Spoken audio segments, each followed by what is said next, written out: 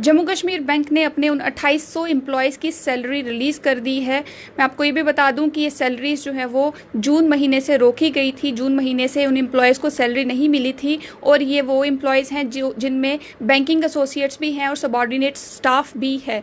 साथ ही मैं आपको ये भी बता दूं कि पिछले साल 2019 में 10 जून को जेके बैंक के कुछ एम्प्लॉयज़ पर ये एलिगेशंस लगे और उस पर इन्वेस्टिगेशन कर रहा था ACB, anti corruption bureau investigation कर रहा था और इन्वेस्टिगेशन करने के दौरान ही Jammu Kashmir bank corporate office में रेड की गई और कुछ डॉक्यूमेंट्स को सीज कर लिया गया। साथ ही में बताया जा रहा है कि ये इन्वेस्टिगेशन इसलिए हो रही थी क्योंकि एलिगेशंस ये लगे थे कि इन एम्प्लॉयज़ की अपॉइंटमेंट जो है वो फ्रॉडलेंट तरीके से हुई है। साथ ही में एसीबी ने सैलरी, जो एसीबी कोर्ट है, उन्होंने सैलरी को भी रिलीज़ करने से जेके बैंक को मना कर दिया था। 23 मई को ये चीज़ जो है वो उन्होंने साफ तौर से जेके बैंक को कह दी गई।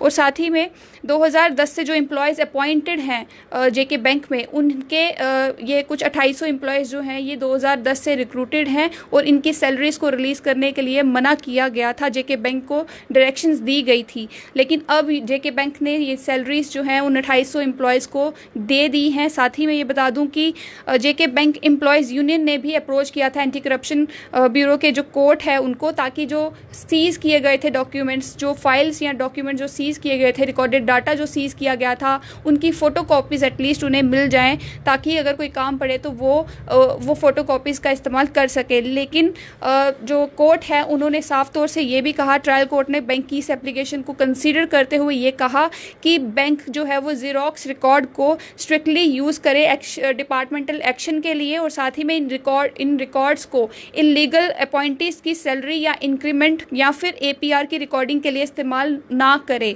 इसके साथ ही जो पिटिशनर है यूनियन के, जो प्रेसिडेंट हैं जेके बैंक एम्प्लॉयज़ यूनियन, उन्होंने ऑर्डर को क्वैश करने की भी जो मांग थी वो रखी थी और साथ ही में कहा था कि बैंक को ये डायरेक्शंस दी जाएं कि सैलरीज जो है वो रिलीज़ की जाए जल्द से जल्द। इसके अलावा मैं आपको ये भी बता दूं कि जेके बैंक के एम्प्लॉयज़ पर और कुछ ऑफिसर्स पर एसीबी ने एफआईआर्स भी जो थी वो भी लगाई थी और इन्वेस्टिगेशन के कंक्लूजन के बाद फाइनल रिपोर्ट जो है वो अंडर सेक्शन 173 सीआरपीसी के अंडर ये फाइल की गई थी और ट्रायल कोर्ट के सामने ये रिपोर्ट जो है वो रखी थी।